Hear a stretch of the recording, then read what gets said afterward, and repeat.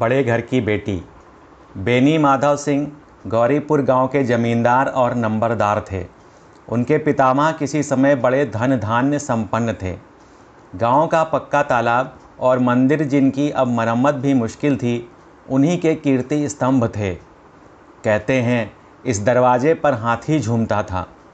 अब उसकी जगह एक बूढ़ी भैंस थी, जिसके शरीर में अस्थि पंजर के सिवा और कुछ शेष न रहा था, पर दूध शायद बहुत देती थी, क्योंकि एक न एक आदमी हांडी लिए उसके सिर पर सवार ही रहता था।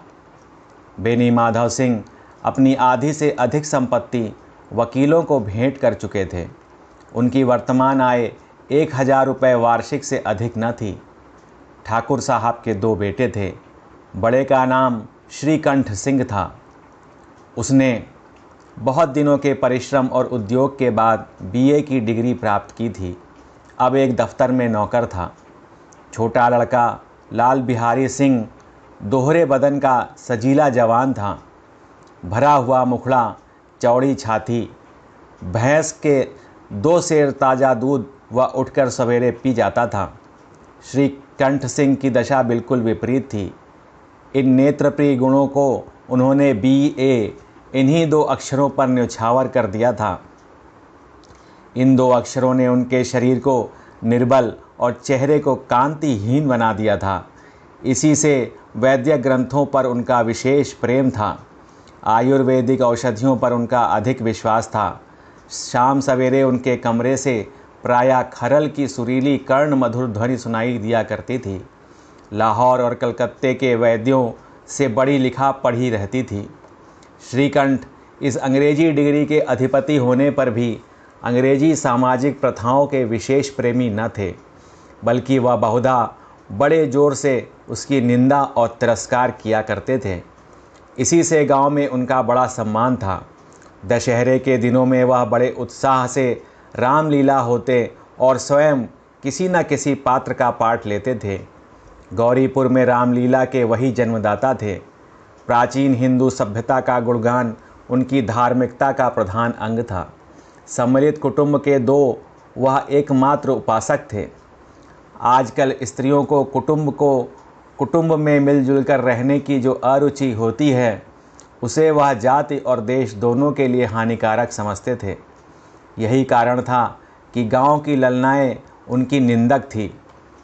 कोई तो उन्हें अपना शत्रु समझने से भी संकोच न करती थी। स्वयं उनकी पत्नी को ही इस विषय में उनसे विरोध था।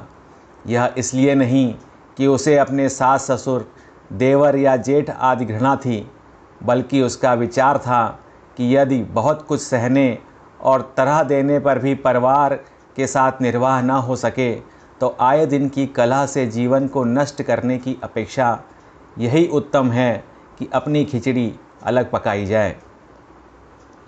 आनंदी एक बड़े उच्च कुल की लड़की थी। उसके बाप एक छोटी सी रियासत के तालुकेदार थे। विशाल भवन, 1 हाथी, 3 कुत्ते, बाज, बहरी शिकरे, झाड़ फन्नूस, आननेरी मजिस्ट्रेट और ऋण, जो एक प्रतिष्ठित तालुकेदार के भोग्य पदार्थ हैं, सभी यहाँ विद्यमान थे। नाम था भूप सिंह। बड़े उदारचित्त और प्रतिभाशाली पुरुष थे, पर दुर्भाग्य से लड़का एक भी न था। 7 लड़कियां हुईं और दैव योग से सबकी सब जीवित रहीं। पहली उमंग में तो उन्होंने 3 ब्याह दिल खोल कर किए, पर 15-20 हज़ार रुपयों का कर्ज सिर पर हो गया तो आंखें खुली, हाथ समेट लिया। आनंदी चौथी लड़की थी। वह अपनी सब बहनों से अधिक रूपवती और गुणवती थी। इससे ठाकुर भूप सिंह उसे बहुत प्यार करते थे। सुंदर संतान को कदाचित उसके माता पिता भी अधिक चाहते हैं। ठाकुर साहब बड़े धर्म संकट में थे कि इसका विवाह कहाँ करें। ना तो यही चाहते थे कि ऋण का बोझ बढ़े, और न यही स्वीकार था कि उसे अपने को भाग्यहीन समझना पड़े। एक दिन श्रीकंठ उनके पास किसी चंदे का रुपया मांगने आए। शायद नागरी प्रचार का चंदा था। भूप सिंह उनके स्वभाव पर रीझ गए और धूमधाम से श्रीकंठ सिंह का आनंदी के साथ ब्याह हो गया। आनंदी अपने नए घर में आई तो यहाँ का रंग ढंग कुछ और ही देखा।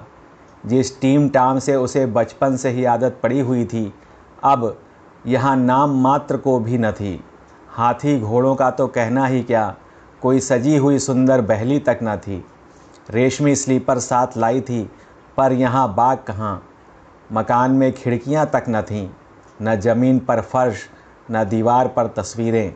वह एक सीधा सादा देहाती गृहस्थी का मकान था, किंतु आनंदी ने थोड़े ही दिनों में अपने को इस नई व्यवस्था और अवस्था के ऐसा अनुकूल बना लिया मानो उसने विलास के समान कभी देखे ही न थे। एक दिन दोपहर के समय लाल बिहारी सिंह 2 चिड़िया लिए हुए आया और भावच से बोला, जल्दी से पका दो, मुझे भूख लगी है। आनंदी भोजन बनाकर उसकी राह देख रही थी। अब वह नया व्यंजन बनाने बैठी। हांडी में देखा तो घी पाव भर से अधिक न था। बड़े घर की बेटी किफ़ायत क्या जाने, उसने सब घी मांस में डाल दिया। लाल बिहारी खाने बैठा तो दाल में घी न था। बोला, दाल में घी क्यों नहीं छोड़ा? आनंदी ने कहा, घी सब मांस में पड़ गया। लाल बिहारी ज़ोर से बोला, अभी परसों घी आया है, इतना जल्दी उठ गया? आनंदी ने उत्तर दिया, आज तो कुल पाव भर रहा होगा, वह सब मैंने मांस में डाल दिया। जिस तरह सूखी लकड़ी जल्दी से जल उठती है, उसी तरह क्षुधा से बावला मनुष्य जरा जरा सी बात पर तिनक जाता है। लाल बिहारी को भावच की यह ढिठाई बहुत बुरी मालूम हुई। तिनक कर बोला, मैके में तो चाहे घी की नदी बहती हो, स्त्रियां सह लेती हैं, मार भी सह लेती हैं, पर मैके की निंदा उनसे नहीं सही जाती। आनंदी मुंह फेर कर बोली, हाथी मरा भी तो 9 लाख का, वहाँ इतना घी नित्य नाई कहार खा जाते हैं। लाल बिहारी जल गया, थाली उठाकर पलट दी और बोला, जी चाहता है जीभ पकड़कर खींच लूँ। आनंद को भी क्रोध आ गया, मुँह लाल हो गया। बोली, वह होते तो आज इसका मौजा चखाते। अब अपढ़ उजड्ड ठाकुर से न रहा गया। उसकी स्त्री एक साधारण जमींदार की बेटी थी। जब जी चाहता उस पर हाथ साफ कर लिया करता था। खड़ाऊ उठाकर आनंदी की ओर जोर से फेंकी और बोला, जिसके गुमान पर भूली हुई हो उसे भी देखूंगा और तुम्हें भी। आनंदी ने हाथ से खड़ाऊ रोकी। सिर बच गया, पर उंगली में बड़ी चोट आई। क्रोध के मारे हवा से हिलते पत्ते की भांति कांपती हुई अपने कमरे में आकर खड़ी हो गई। स्त्री का बल और साहस, मान और मर्यादा पति तक है। उसे अपने पति के ही बल और पुरुषत्व का घमंड होता है। आनंदी खून का घूंट पीकर रह गई। श्रीकंठ सिंह शनिवार को घर आया करते थे। बृहस्पति को यह घटना हुई थी। 2 दिन तक आनंदी कोप भवन में रही, ना कुछ खाया न पिया, उनकी बाट देखती रही। अंत में शनिवार को वह नियम अनुकूल संध्या समय घर आए और बाहर बैठकर कुछ इधर उधर की बातें, कुछ देश काल संबंधी समाचार और कुछ नए मुकदमे आदि की चर्चा करने लगे। यह वार्तालाप 10 बजे रात तक होता रहा। गांव के भद्र पुरुषों को इन बातों में ऐसा आनंद मिलता था कि खाने पीने की भी सुधि न रहती थी। श्रीकंठ को पिंड छुड़ाना मुश्किल हो जाता था। ये 2-3 घंटे आनंदी ने बड़े कष्ट से काटे। किसी तरह भोजन का समय आया, पंचायत उठी, एकांत हुआ तो लाल बिहारी ने कहा, भैया आप जरा भाभी को समझा दीजिए कि मुंह संभाल कर बातचीत किया करें, नहीं तो एक दिन अनर्थ हो जाएगा।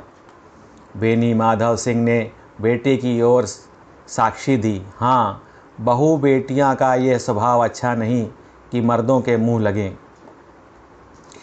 लाल बिहारी, वह बड़े घर की बेटी है तो हम भी कोई कुर्मी कहार नहीं हैं। श्रीकंठ ने चिंतित स्वर से पूछा, आखिर बात क्या हुई? लाल बिहारी ने कहा, कुछ भी नहीं, यूँ ही आप उलझ पड़ी। मैके के सामने हम लोगों को कुछ समझती ही नहीं।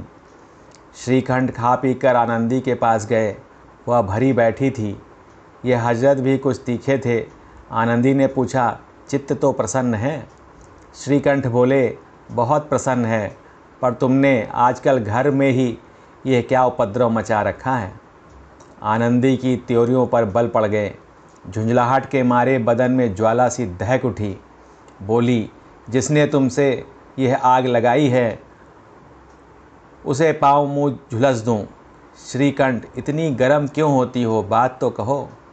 आनंदी, क्या कहूँ, यह मेरे भाग्य का फेर है, नहीं तो गंवार छोकरा जिसको चपरासगिरी करने का भी शऊर नहीं, मुझे खड़ाओं से मारकर यो ना करता। श्रीकंठ, सब हाल साफ साफ कहो तो मालूम हो, मुझे तो कुछ पता नहीं। आनंदी, परसों तुम्हारे लाडले भाई ने मुझसे मांस पकाने को कहा। घी हांडी में पाव भर से अधिक न था, वह सब मैंने मांस में डाल दिया। जब खाने बैठा तो कहने लगा, दाल में घी क्यों नहीं है। बस इसी पर मेरे मैके को बुरा भला कहने लगा। मुझसे न रहा गया। मैंने कहा कि वहाँ इतना घी तो नाई कहार खा जाते हैं और किसी को जान भी नहीं पड़ता। बस इतनी सी बात पर इस अन्यायी ने मुझ पर खड़ाऊ फेंक दी। यदि हाथ से न रोक लूँ तो सिर फट जाए। उसी से पूछो मैंने जो कुछ कहा वह सच है या झूठ। श्रीकंठ की आंखें लाल हो गईं। बोले, यहाँ तक हो गया इस छोकरे का यह साहस। आनंदी स्त्रियों के स्वभाव अनुसार रोने लगी, क्योंकि आंसू उनकी पलकों पर रहते हैं। श्रीकंठ बड़े धैर्यवान और शांति पुरुष थे। उन्हें कदाचित ही कभी क्रोध आता था। स्त्रियों के आंसू पुरुष की क्रोधाग्नि भड़काने में तेल का काम देते हैं। रात भर करवटें बदलते रहे। उद्विग्नता के कारण पलक तक नहीं झपकी। प्रातःकाल अपने बाप के पास जाकर बोले, दादा, अब इस घर में मेरा निवाह न होगा। इस तरह की विद्रोहपूर्ण बातें कहने पर श्रीकंठ ने कितनी ही बार अपने कई मित्रों को आड़े हाथों लिया था, परंतु दुर्भाग्य आज उन्हें स्वयं ही वह बातें अपने मुंह से कहनी पड़ी। दूसरों को उपदेश देना भी कितना सहज है। बेनी माधव घबरा उठे और बोले, क्यों? श्रीकंठ, इसलिए कि मुझे भी अपनी मान प्रतिष्ठा का कुछ विचार है। आपके घर में अब अन्याय और हठ का प्रकोप हो रहा है। जिनको बड़ों का आदर सम्मान करना चाहिए वे उनके सिर चढ़ते हैं। मैं दूसरों का नौकर ठहरा घर पर रहता नहीं। यहाँ मेरे पीछे स्त्रियों पर खड़ाऊ और जूतों की बौछारें होती हैं। कड़ी बात तक चिंता नहीं, कोई एक की दो कह ले, यहाँ तक मैं सह सकता हूँ, किंतु यह कदापि नहीं सह सकता कि मेरे ऊपर लात घुसे पड़ें और मैं दम न मारूं। बेनी माधव सिंह कुछ जवाब न दे सके। श्रीकंठ सदैव उनका आदर करते थे। उनके ऐसे तेवर देखकर बूढ़ा ठाकुर अवाक रह गया। केवल इतना ही बोला, बेटा, तुम बुद्धिमान होकर ऐसी बातें करते हो। स्त्रियां इस तरह घर का नाश कर देती हैं। उनको बहुत सिर चढ़ाना अच्छा नहीं। श्रीकंठ, इतना मैं जानता हूँ कि आपके आशीर्वाद से ऐसा मूर्ख नहीं हूँ। आप स्वयं जानते हैं कि मेरे ही समझाने बुझाने से इसी गांव में कई घर संभल गए, पर जिस स्त्री की मान प्रतिष्ठा का ईश्वर के दरबार में उत्तरदाता हूँ, उसके प्रति ऐसा घोर अन्याय और पशुवत व्यवहार मुझे असह्य है। आप सच मानिए, मेरे लिए यही कुछ कम नहीं है कि लाल बिहारी को कुछ दंड नहीं होता। अब बेनी माधव सिंह भी गरमाए, ऐसी बातें और न सुन सके। बोरे, लाल बिहारी तुम्हारा भाई है, उससे जब कभी भूल चूक हो उसके कान पकड़ो। लेकिन श्रीकंठ, लाल बिहारी को मैं अब अपना भाई नहीं समझता। बेनी माधव सिंह, स्त्री के पीछे? श्रीकंठ, जी नहीं, उसकी क्रूरता और अविवेक के कारण। दोनों कुछ देर चुप रहे। ठाकुर साहब लड़के का क्रोध शांत करना चाहते थे, लेकिन यह नहीं स्वीकार करना चाहते थे कि लाल बिहारी ने कोई अनुचित काम किया है। इसी बीच में गांव के और कई सज्जन हुक्के चिलम के बहाने वहां आ बैठे। कई स्त्रियों ने जब यह सुना कि श्रीकंठ पत्नी के पीछे पिता से लड़ने को तैयार हैं, तो उन्हें बड़ा हर्ष हुआ। दोनों पक्षों की मधुर वाणियाँ सुनने के लिए उनकी आत्माएं तिल मिलाने लगीं। गांव में कुछ ऐसे कुटिल मनुष्य भी थे जो इस कुल की नीतिपूर्ण गति पर मन ही मन जलते थे। वे कहा करते थे, श्रीकंठ अपने बाप से दबता है, इसीलिए वह दब्बू है। उसने विद्या पढ़ी, इसलिए वह किताबों का कीड़ा है। बेनी माधव सिंह उसकी सलाह के बिना कोई काम नहीं करते, यह उनकी मूर्खता है। इन महानुभावों की शुभकामनाएं आज पूरी होती दिखाई दी।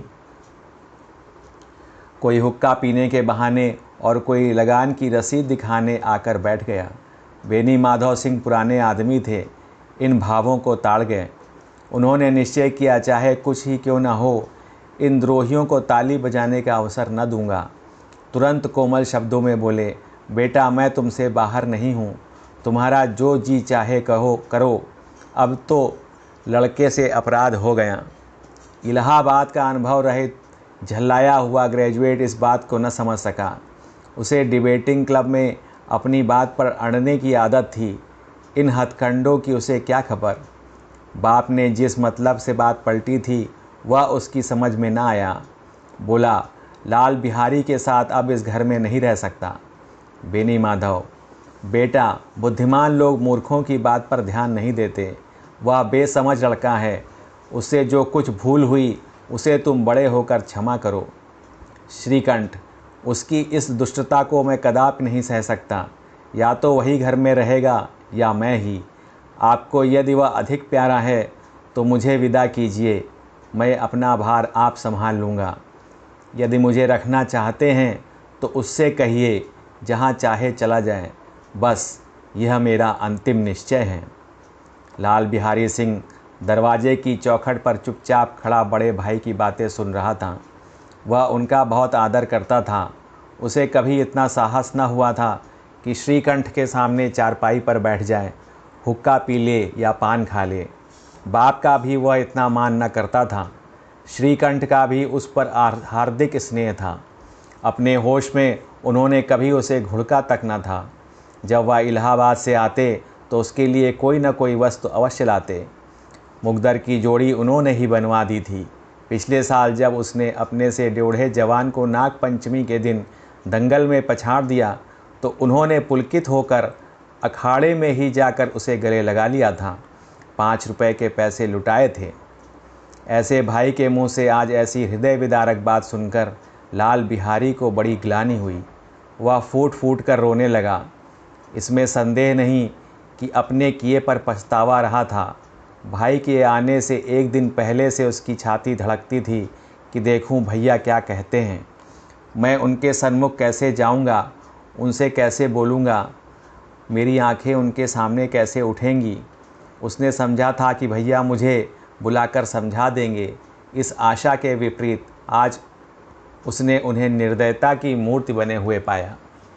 वह मूर्ख था, परंतु उसका मन कहता था कि भैया मेरे साथ अन्याय कर रहे हैं। यदि श्रीकंठ उसे अकेले में बुलाकर 2-4 बातें कह देते, इतना ही नहीं 2-4 तमाचे भी लगा देते, तो कदाचित उसे इतना दुख न होता। पर भाई का यह कहना कि अब मैं इसकी सूरत नहीं देखना चाहता, लाल बिहारी से सहा ना गया। वह रोता हुआ घर आया। कोठरी में जाकर कपड़े पहने, आंखें पोंछी, जिसमें कोई यह न समझे कि रोता था। तब आनंदी के द्वार पर आकर बोला, भाभी, भैया ने निश्चय किया है कि वह मेरे साथ इस घर में न रहेंगे। अब वह मेरा मुंह नहीं देखना चाहते, इसलिए अब मैं जाता हूँ। उन्हें फिर मुंह ना दिखाऊंगा। मुझसे जो कुछ अपराध हुआ है उसे क्षमा करना। यह कहते कहते लाल बिहारी का गला भर गया। जिस समय लाल बिहारी सिंह सिर झुकाए आनंदी के द्वार पर खड़ा था, उसी समय श्रीकंठ सिंह भी आंखें लाल किए बाहर से आए। भाई को खड़ा देखा तो घृणा से आंखें फेर लीं और कतरा कर निकल गए, मानो उसकी परछाई से दूर भागते हों। आनंदी ने लाल बिहारी की शिकायत तो की थी, लेकिन अब मन में पछता रही थी। वह स्वभाव से ही दयावती थी। उसे इसका तनिक भी ध्यान न था कि बात इतनी बढ़ जाएगी। वह मन में अपने पति पर झुंझला रही थी कि यह इतने गर्म क्यों होते हैं। उस पर यह भय भी लगा हुआ था कि कहीं मुझसे इलाहाबाद चलने को कहें तो मैं कैसे क्या करूंगी। इस बीच में जब उसने लाल बिहारी को दरवाजे पर खड़े यह कहते सुना कि अब मैं जाता हूँ, मुझसे जो अपराध हुआ क्षमा करना, तो उसका रहा सहा क्रोध भी पानी हो गया। वह रोने लगी। मन का मैल धोने के लिए नयन जल से उपयुक्त और कोई वस्तु नहीं है। श्रीकंठ को देखकर आनंदी ने कहा, लाला बाहर खड़े बहुत रो रहे हैं। श्रीखंड, तो मैं क्या करूं? आनंदी, भीतर बुला लो, मेरी जीभ में आग लगे, मैंने कहाँ से यह झगड़ा उठाया। श्रीकंठ, मैं ना बुलाऊंगा। आनंदी, पछताओगे बहुत, उन्हें बहुत ग्लानि हो गई है, ऐसा ना हो कहीं चल दें। श्रीकंठ न उठे। इतने में लाल बिहारी ने फिर कहा, भाभी, भैया से मेरा प्रणाम कह दो, वह मेरा मुंह नहीं देखना चाहते, इसलिए मैं भी अब अपना मुंह उन्हें न दिखाऊंगा। लाल बिहारी इतना कहकर लौट पड़ा और शीघ्रता से दरवाजे की ओर बढ़ा। अंत में आनंदी कमरे से निकली और उसका हाथ पकड़ लिया। लाल बिहारी ने पीछे फिर कर देखा और आंखों में आंसू भरे बोला, मुझे जाने दो। आनंदी, कहाँ जाते हो? लाल बिहारी, जहाँ कोई मेरा मुंह न देखे। आनंदी, मैं न जाने दूंगी। लाल बिहारी, मैं तुम लोगों के साथ रहने योग्य नहीं हूँ। आनंदी, तुम्हें मेरी सौगंध, अब एक पग भी आगे न बढ़ाना। लाल बिहारी, जब तक मुझे यह न मालूम हो जाए कि भैया का मन मेरी तरफ से साफ हो गया, तब तक मैं इस घर में कदापि न रहूँगा। आनंदी, मैं ईश्वर को साक्षी देकर कहती हूँ कि तुम्हारी ओर से मेरे मन में तनिक भी मैल नहीं है। अब श्रीकंठ का हृदय भी पिघला। उन्होंने बाहर आकर लाल बिहारी को गले लगा लिया। दोनों भाई खूब फूट फूट कर रोए। लाल बिहारी ने सिसकते हुए कहा, भैया, अब कभी मत कहना कि तुम्हारा मुंह न देखूंगा। इसके सिवा आप जो दंड देंगे मैं सहर्ष स्वीकार करूंगा। श्रीकंठ ने कांपते हुए स्वर में कहा, लल्लू, इन बातों को बिल्कुल भूल जाओ। ईश्वर चाहेगा तो फिर ऐसा अवसर ना आवेगा। बेनी माधव सिंह बाहर से आ रहे थे। दोनों भाइयों को गले मिलते देखकर आनंद से पुलकित हो गए। बोल उठे, बड़े घर की बेटियां ऐसी ही होती हैं, बिगड़ता हुआ काम बना लेती हैं। गांव में जिसने यह वृत्तांत सुना, उसी ने इन शब्दों में आनंदी की उदारता को सराहा। बड़े घर की बेटियां ऐसी ही होती हैं।